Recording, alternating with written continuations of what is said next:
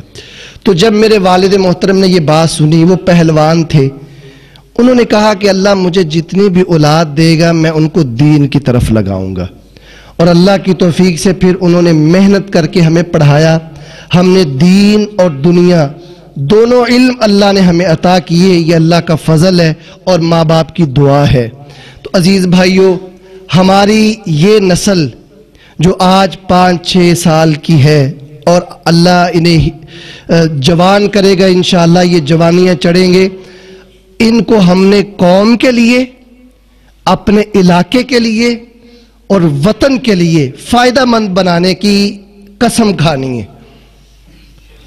یہ آپ عہد کر لیں کہ یہ میرا بیٹا ڈاکٹر بنے، انجینئر بنے، پروفیسر بنے، ٹیچر بنے، بزنس مین بنے، دنیا کے کسی محاذ پر کھڑا ہو، اس کے دل میں قوم، علاقہ، وطن کی محبت جو ہے وہ کبھی ختم نہ ہونے پائے۔